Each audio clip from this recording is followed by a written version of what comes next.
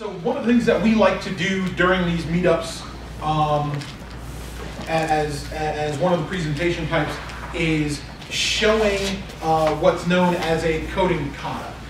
And if you're new to programming or new to Ruby, the idea behind a coding kata is you've got a fairly straightforward, well understood problem, and you're going to practice it both as a way to think through the problem, but also in this instance as a way to sort of engage your TDD muscle memory, right? Because the more that feels natural, the more you'll reach for that as the tool you use to solve your real problems. So, how many people here saw me do the Roman numeral kata when I did it? Okay, so when I was doing that particular kata, I made a weird change in what would seem to have been the natural next test, because I wanted to show how making that choice caused the particular algorithm I was going for almost to present itself. And I thought that was cool. I hope other people thought it was cool, but I thought it was cool. It was very cool. Thank you, Sean. However, I realized that I didn't show what could have happened to the algorithm had I gone in the way that would have been the standard way to go. Well, it turns out that there are multiple katas where if you don't always pick the right next test, you can end up going down a path that sort of leads to pain. And I wanted to show what that can look like. So we're going to use the idea of the word wrap kata, which I hope everybody can read here. It's a very straightforward algorithm. You get a set of words, 0, 1, or more, usually separated by spaces, and a number. And that number denotes the maximum length of the line, where you want to split it and wrap the line. And if possible, you want to wrap words at their normal word boundaries, because that's going to be the easiest to read, just like you would think a word processor would do. So here we go. As you can see, we are here with no examples and no failures, so we're sort of ready to go. And we're going to kick things off.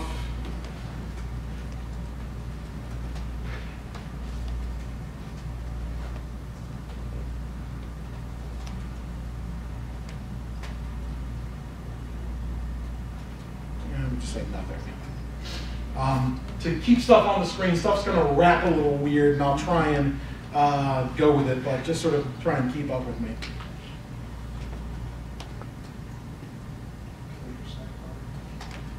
Oh, yeah, that's a good idea. Thank you. Yeah, Command KN. No. Maybe. Yeah. No, B. B? Just Command B? Command KB. Command KB, Brian. Thank you.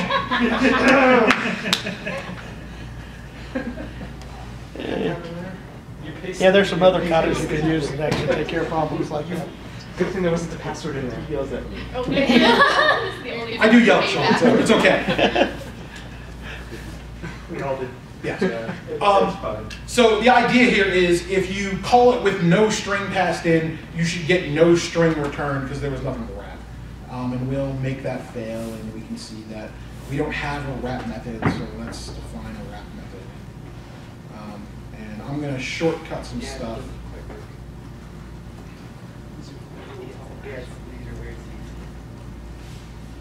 Just to get us to the point where we're passing for doing nothing, because doing nothing is not that interesting.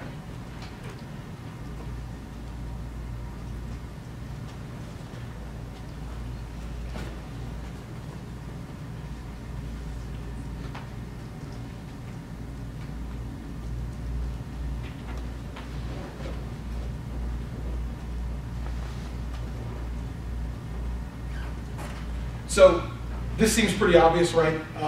If we have a short string and the wrap and the allowable line length is longer than the actual length of the string, we should just get the string back. So if we run that, we can see that it fails because we're getting back an empty string because that's all we're returning. So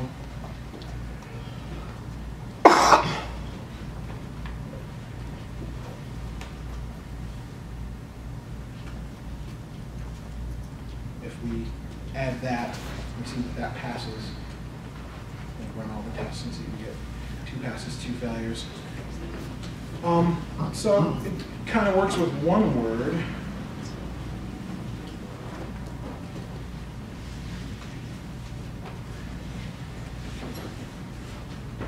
Let's see if we can make it work with 2 words.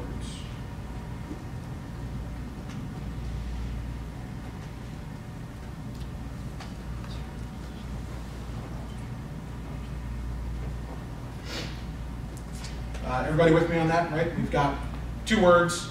We're going to break it the 5th column, and we want to get back word, new line, word.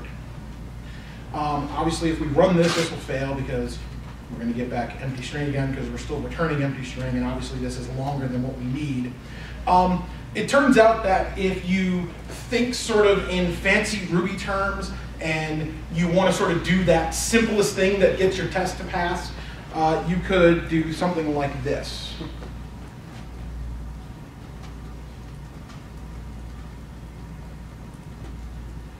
Okay? And replace all the spaces with a new line. And as it happens, that gets us to pass. It's kind of a hack because we didn't really look at the column and stuff like that, but we've got a green test, so let's sort of move forward and see if taking this sort of extra thing helped us or not. And the way that I sort of approach this is, well, if I can do 2 words, can't I do 3 words? We're going to make this break across a line easier here.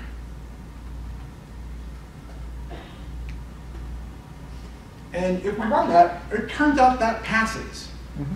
Well, depending on where we're trying to get to, sometimes that can give us an indication that we might have taken a big step than last time, but it was at least the right step because we're still going in the right direction. Okay? But also you should understand that if you write a test that you think probably should see some failure, but it automatically passes, you may have done something not quite correct in the building out of your algorithm, because you may have taken too big of a step.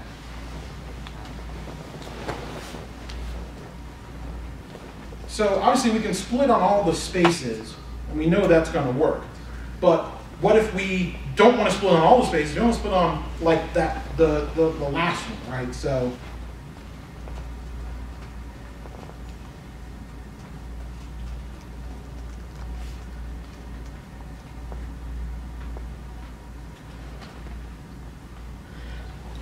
everybody follow that?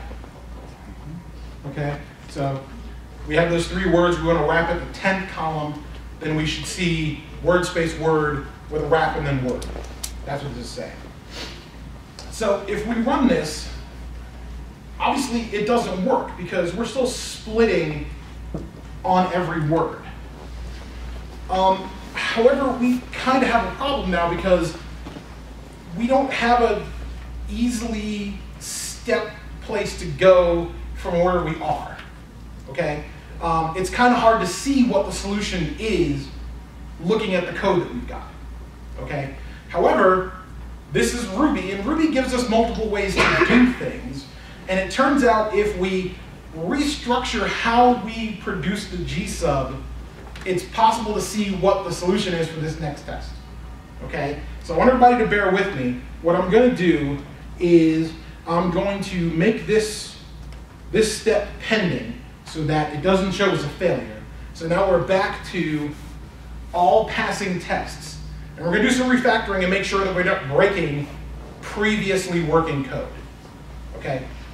And what we're going to do is we're going to take this statement here and we're going to turn it into, and you didn't start that running, I'm about 8 minutes in, so take it down to about 21 or 22. So we're going to take string.gsum, we're going to break it into the component parts of what it's actually doing so that we can get a better idea of what that algorithm is doing for us, okay? So it turns out that in kind of a gross sense, what's really happening here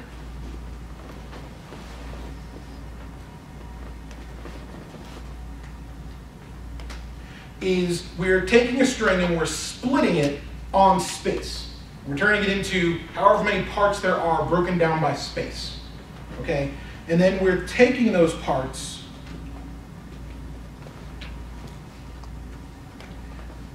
and we're joining them back together with a new one. Okay? And if we run the tests, we see that they're all still passing. Okay? So technically what I just did is a refactoring. I clearly didn't make the code necessarily better, but I'm still passing, and now I can kind of see what's going on. Because if we think about what join is doing, see if you can follow this. Actually, I'll do it the other way. It's pretty easier to understand the other way, I think.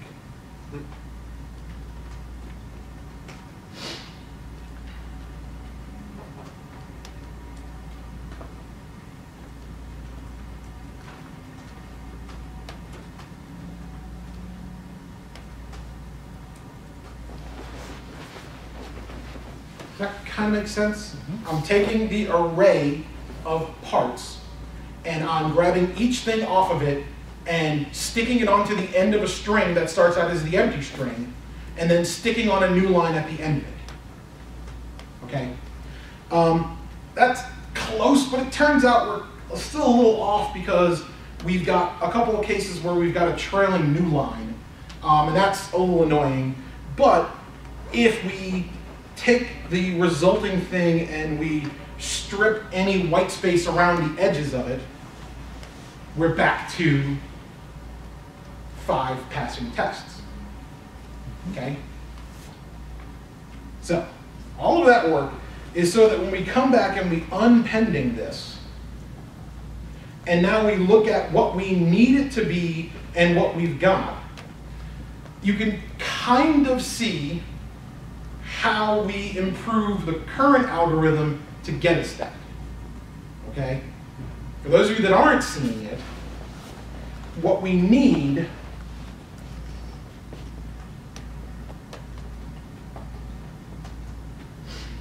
is we need to track the current position in the line that we're at as we're stepping through it. And if our current position passes the wrap column in the part we're about to add, we have to wrap before we add that part. Otherwise, we add a space. Everybody with me? So it looks like this.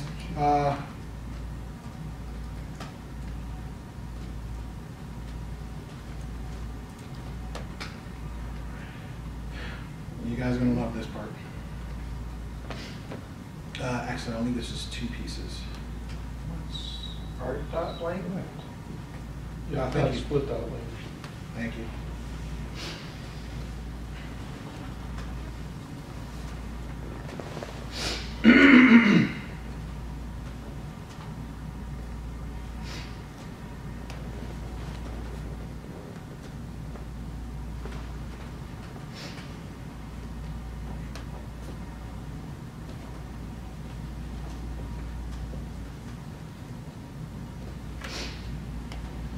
Does that make sense? I think this is right. Let's find it.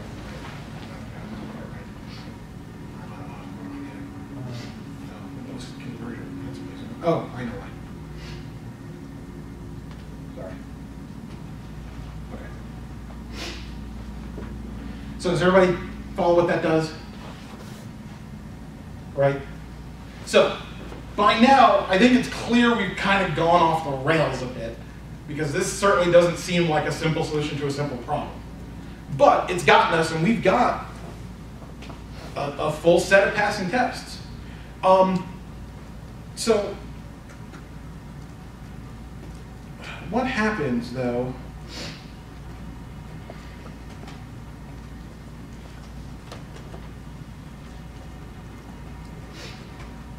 if we need to do this?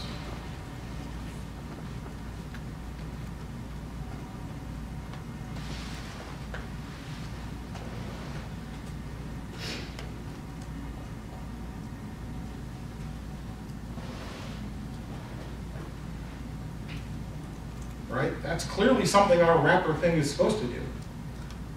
I would think the W would be on the first line. Because your maximum length is 5? Shouldn't Yeah, okay, we'll Where clear are it. you going to put a hyphen? We can think about hyphens later if we think we're in a word,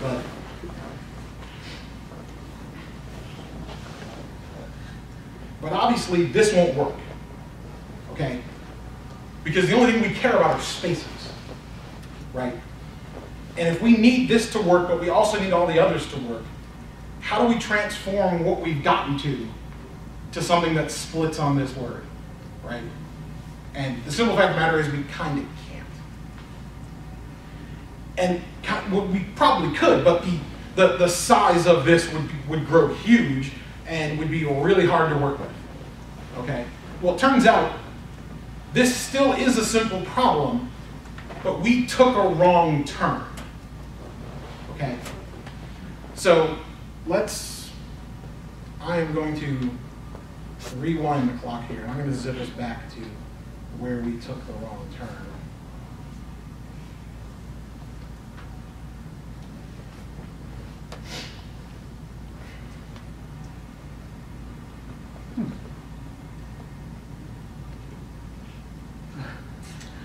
It turns out we took the wrong turn here.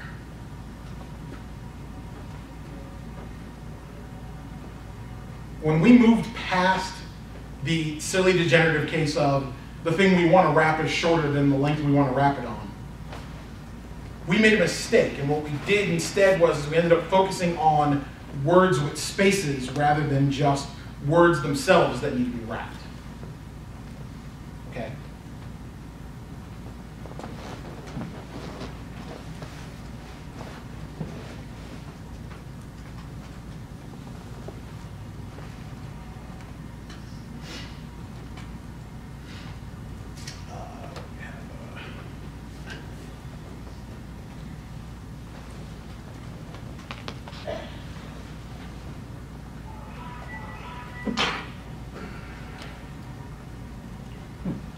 Okay, so if instead we started here, what seems like a more logical solution for this particular problem? Okay, since we know that we know we've got a string that's longer than the length, so in theory we could do something like this.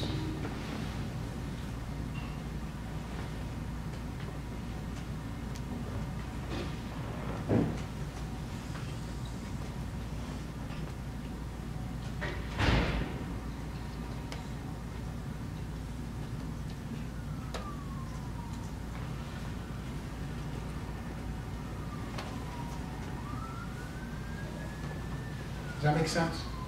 No. Right? We're going to chop the string into two pieces at the number of characters represented by the max length of the column, and then stick those two pieces together around a new line. Okay. Okay? So if we run that, right, we see that that actually works. Okay? But we can actually clean this up a little bit. Turns out ranges give us the ability to specify up to but not including the end character, which is kind of handy. And since we want the last character in the line, we have a shorthand for getting the last character in the line. So we can clean that up quite a bit and still get ourselves passing. Okay?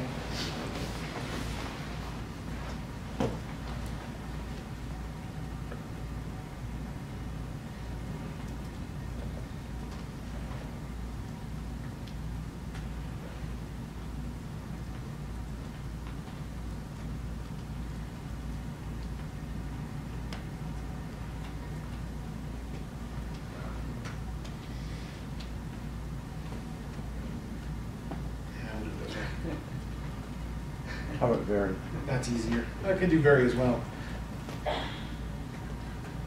All right, so we want this to pass now. Instead, we're getting only one break in it. The first break's happening at the right place, but we need to get a break on the second place. Okay? It turns out that there's a really simple solution here. Okay?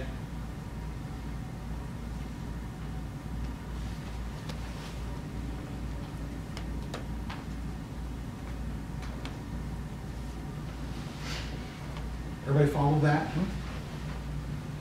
Right? We figure out where the first break is, put in the first break, and then treat the rest of the string as though it's a new thing to wrap at the same column length that we started with.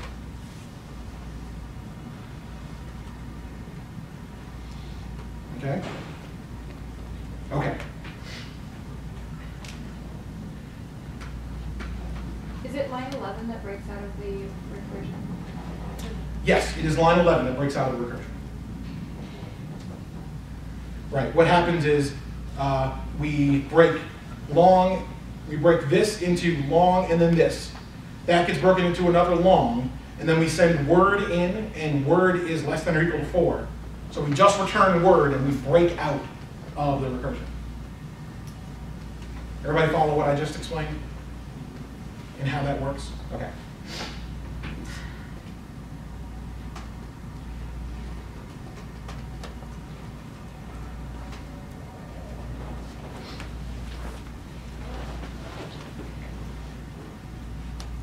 Oops.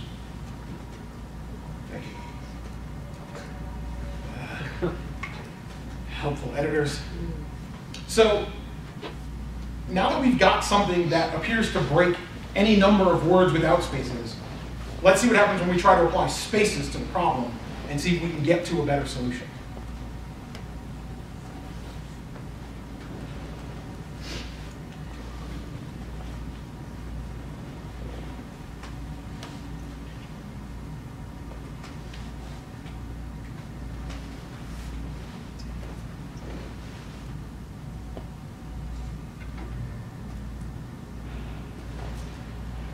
Extra end. Cool. Okay. So we want that to work. We want it to be long / n word, but we're getting long space / n word instead. Well, that's not bad. I mean, we dealt with extra white space when we went down the wrong path. So we can probably do the same thing here. If we apply that strip to the left side piece, that works. Do a quick double check and make sure everything's working.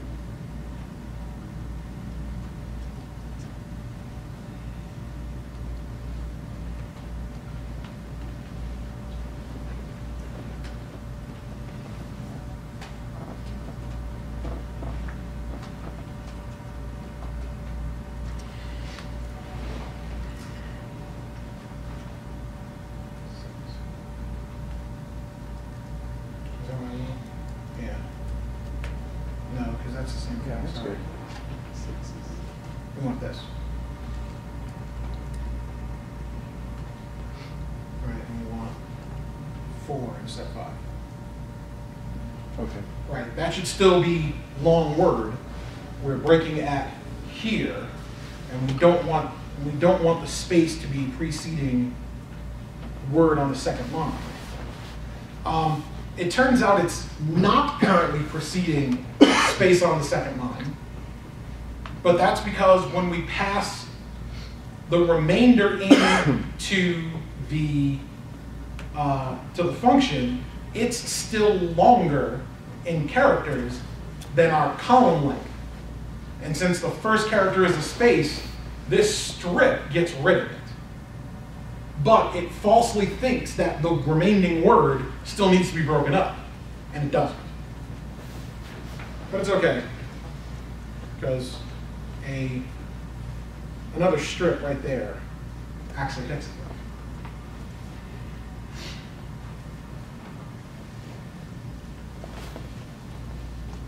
Okay. We've got almost everything that we want, but there's still a couple more cases that we should try to cover.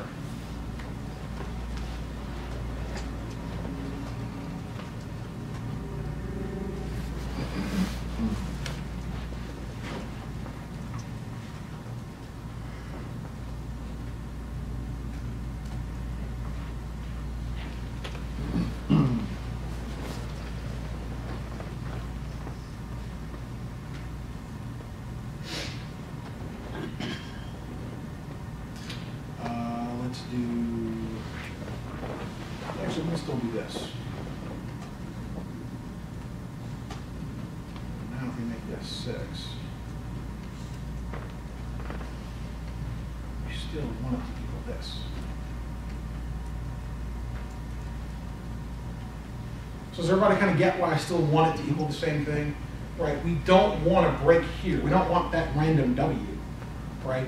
There's a perfectly good word boundary just before us, right?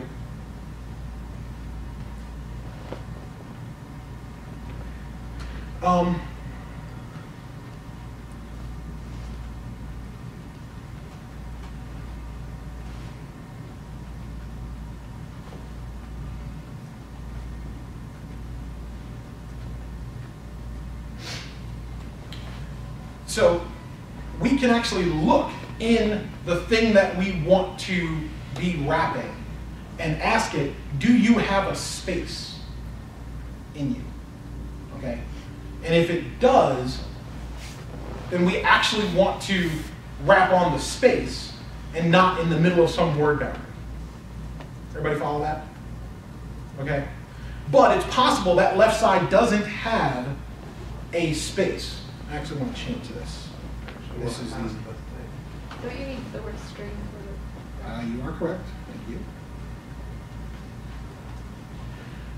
If there's no space, though, this is going to return nil. So we need to give it a value it can return instead of returning nil. Well, that value is max len. And then if we replace this max len and that max len with our break column,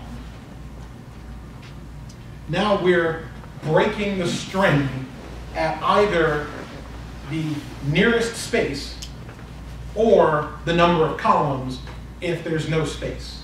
Everybody with me? Okay, so let's, no, that doesn't tell us anything, though. Let's run the whole thing and show that we've got all of them passing.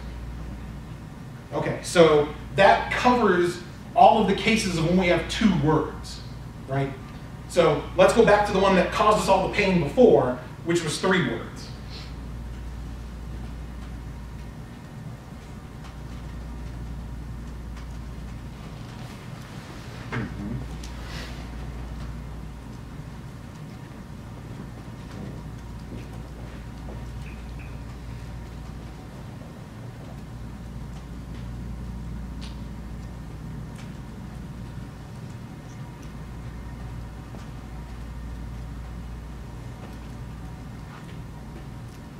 Right?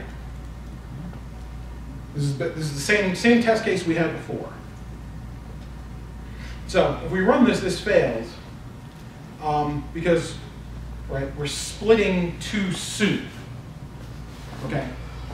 So remember all the changes that we had to do before to make this work. Right? I had to unbundle a statement, turn it into 5 other statements to get it to work. Right? Well, it turns out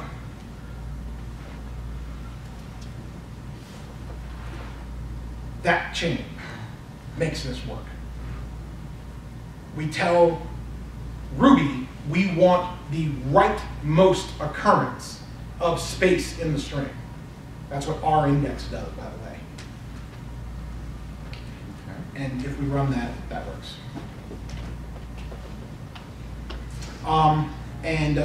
Here in 5 lines is the string wrap Kata. So there you go.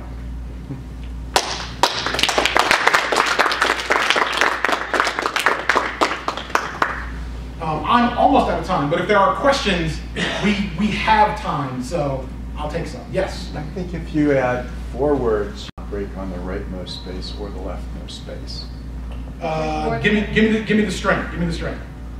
Oh, long word. Okay, like this. And break it. Yeah. Break it where? At, Break it. At what? Same place is fine. Same place. And what do you think this won't do? You think this won't break here? Should work. Right? You don't think that's just going to be this? Oh, 0 to max len. Oh, yeah. Yeah. No, that's right. That'll work. Yeah. All right. Just so everybody sees that does work. Yeah. All right.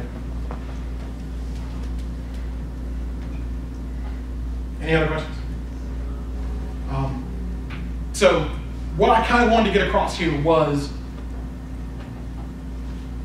when you read this description, it seems like the focus of this function is about finding spaces and turning spaces into new lines, right?